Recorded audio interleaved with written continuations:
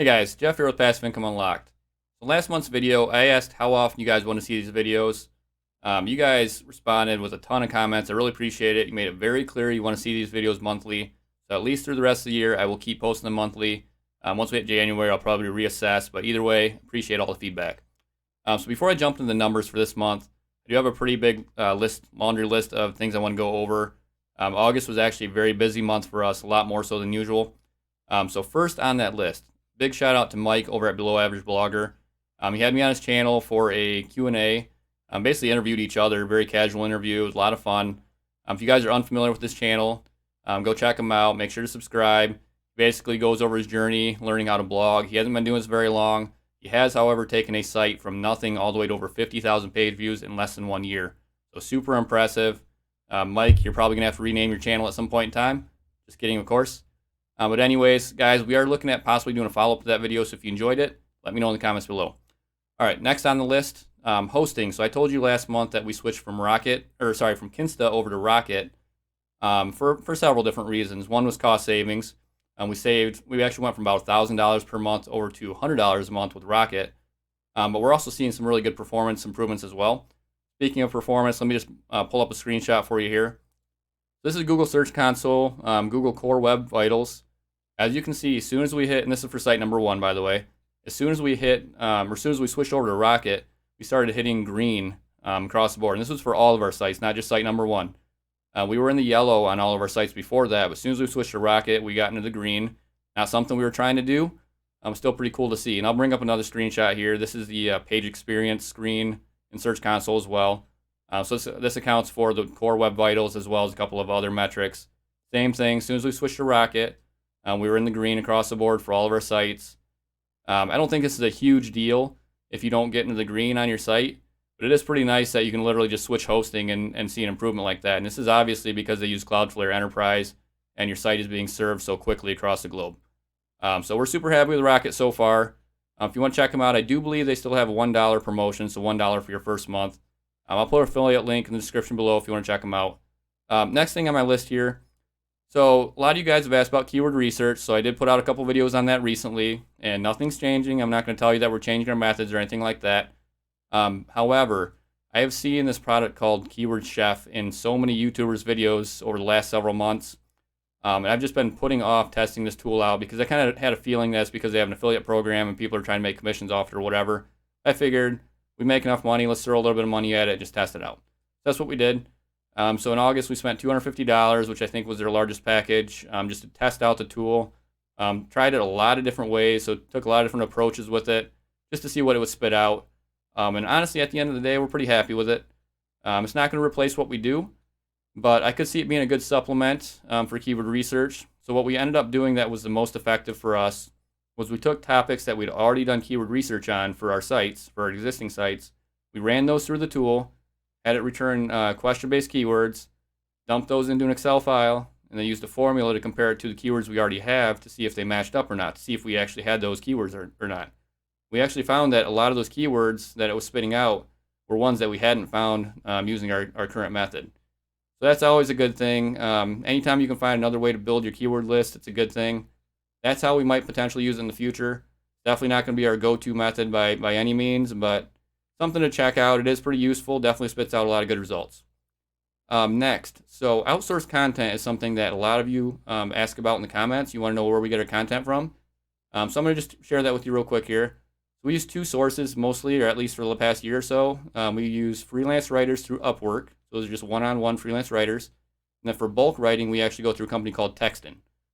So Upwork we're super happy with, and we've gone through so many writers on Upwork, but when you find some good writers, you want to stick with them, and we have good writers. We're going to stick with those for sure.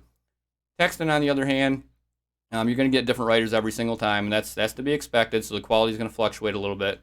However, when we first started using them and we switched to their premium articles, the quality is very, very high. But over time, over the last several months, it's just slowly been going downhill. It's still really good quality. Can't really complain. But what we ended up doing was we just kind of got into this mode where we're doing the same thing month to month to month. We actually had to take a step back and look at what we're doing and say, what's the point here? What are we trying to accomplish?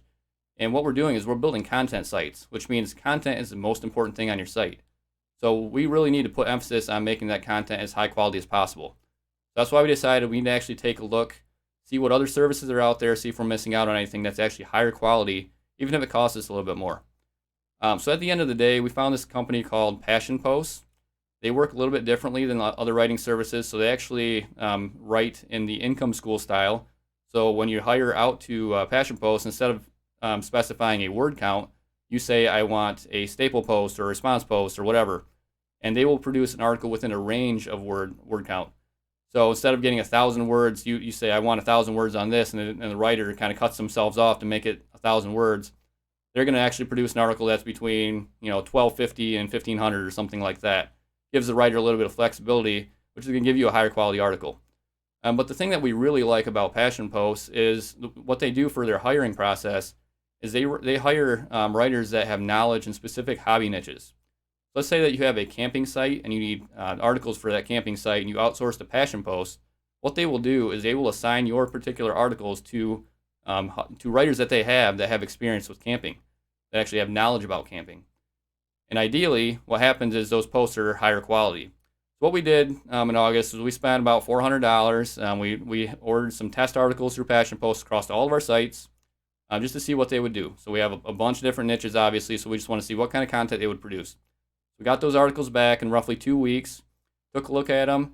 Honestly, I have to say this is the best quality that we have ever received from a writing service, by far.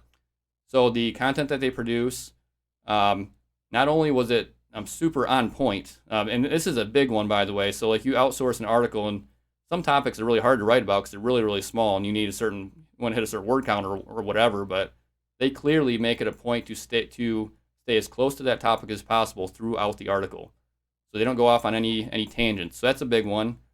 2, very knowledgeable, like I said. 3, they write it in the income school style, so you'll see an answer paragraph at the top to try to win the snippet, and it'll be bolded. They'll actually bold phrases throughout the article to kind of emphasize points. Some of the writers even link to external resources for you. They use headers, so they use H2, H3 tags throughout, H2, H3, H4, which is something that Texan won't do. So the quality is just excellent. And again, we're going to need to do more testing to really see what they do. But we were happy enough with that test order that we decided we're going to actually bring Texan down a pretty big notch and move that service or move that content over to Passion Post going forward. So next month, what you're going to see on the income report is you're going to see Texan go from about 4,000, 4,500 down to probably half of that. And then you're going to see Passion Post, which is a little bit more expensive, probably more like $3,000 or more dollars. And depending how that content comes back, we might spend more over time as well. So if you guys want to check them out, I do have a link in the description below. It is an affiliate link. I also have a discount code, 10% off. That's for your first order only. But I do highly encourage you guys to check them out because, like I said, this is the best quality content we've ever received from a writing service, and that's the whole point of what we're doing here, so you want to make sure your content's good. So last point I want to go over real quick. So if you guys missed it, we did a site reveal recently. So that was Ben. He's one of our team members. He did that reveal. Actually, we both did the reveal, but anyways, he's going to be doing a lot of videos on that site going forward. That site is mybackyardlife.com. We've called that site number 4 in the past in videos. So if you go back to previous videos and you see site number 4, you can just replace that in your head with mybackyardlife.com, and you'll know what we're talking about. Going forward, we'll just make it My Backyard Life. So in this report, or in this video, you're going to see My Backyard Life listed. So usual disclaimer real quick. All the numbers that you see only relate to niche sites. That's for revenue, expenses, everything. We don't include anything from Passive Income Unlocked, the YouTube channel, or the website. So I'm going to go ahead and bring up the income report online. It just went live, same time as the video here, so if you want to check it out and follow along. As you can see, for the month of August, we made $39,566. That was a drop from July of about $1,000, but honestly, we're still pretty happy about it, and the reason being, we have 2 sites that are pretty seasonal. So site number 2 and My Backyard Life are both seasonal sites, and the traffic on those sites is starting to decline. So, and that's going to go for the rest of the year. So seeing our revenue kind of flatline right now is okay. On top of this, Ben did mention this in a previous video. My Backyard Life did get hit by the core algorithm updates in June and July. It wasn't significant, but we can go over to analytics and you can tell that definitely got hit right when those were released. So that hit us a little bit as well because that's actually our highest RPM site. So, all right, next let me just talk about the sites in general. So nothing's changed there. We have 5 sites. We can go down to it here. bring up the graph on the screen here for you. So you can view the age there, total number of posts, about 2,500. So as far as these sites, I'm going to talk about this in a minute, but I'm going to bring up the Google Analytics for site number 3 and 5, because I have something kind of cool to show you with both those sites. So traffic, before I do that, let me just bring up the overall traffic, so month to month. So as you can see, we did lose some traffic going from July to August, and that was mainly due to site number 2 and My Backyard Life declining. However, site number 1 always starts to grow about this time of the year. It's a food-based site, does better from this point to the end of the year, and that did grow quite a bit. Site number 3 also went up, and site number 5 also went up. So speaking about those two sites I just mentioned that I want to bring up. So I'm going to bring up site number 3 first. This is something that I want to show you because it's so unusual. So site number 3 is, I think, if I remember correctly, 2 years and 1 month old. So you're looking at the lifespan of that site right there. It has literally gone up in traffic every single month for the lifespan of that site. I don't know how long this will go on, but this is crazy to us. I mean, it's like the perfect graph that you want to see, but you never expect to see it. So I just want to show you guys that, especially if we're crossing the 2-year mark where you're growing traffic month over month. So next I'm going to bring up site number 5. And this is our newest site. So just as a reminder, this was a site that we kind of took a different approach. So typically we would do some content clusters where we have a really broad niche, but we kind of focus on one sub niche first and then another one and so on, which is a very common technique. In this case, what we ended up doing instead was we just did spray and pray. We literally just picked any topic within the niche and just hired it out. And another thing we did with the site is we outsourced 100% of the content, which we've never done with any of our sites as well. So kind of an experimental site. And if you guys can hear my children screaming in the background, I apologize for that. If not, then that's great. But anyways, experimental site for us, but it's doing extremely well. Last month it grew 38%. The 2 months before that it was like 30% and 20%, something like that. So it's really starting to take off.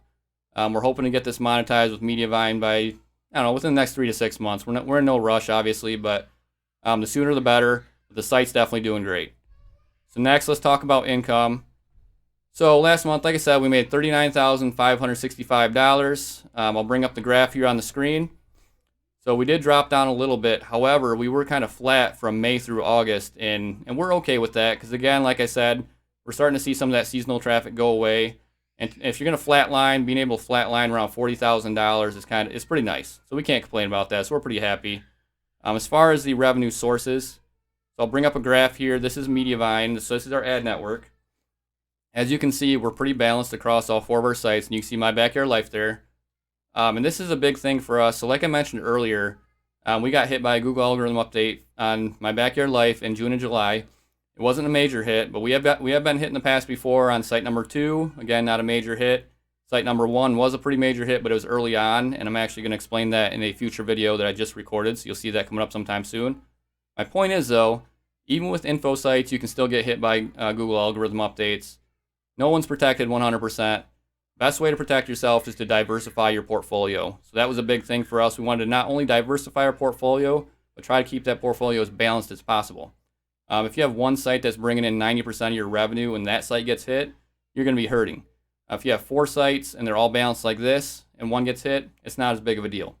So that's just to kind of give you an idea, and that's how balanced our sites are right now. And it varies month to month, as the seasons pass and whatnot. So aside from Mediavine ad revenue, which is where most of our money comes from, we did make some money from Amazon Associates as well. So bring that up on the screen here. So about $1,376 from Amazon US, and we made about another, where is it here? $85 from the UK and Canada as well. And then I have some other income listed on the income report on passiveincomeunlocked.com if you want to view it. It only adds up to like $100, so I'm not going to break that down for you. So next, I'm going to go over the expenses. And again, this is broken down to the penny on the website. So if you want to check that out, head over to the website, check it out. I'll just give you the quick rundown. So first, hosting. Like I said, we went from Kinsta, which was about $1,000 a month, over to Rocket, which is literally $100 per month. So huge savings for us. We kind of saved there. iStock, we do that for our images, our stock images, $115. Keyword Chef, you're going to see listed on there for $250.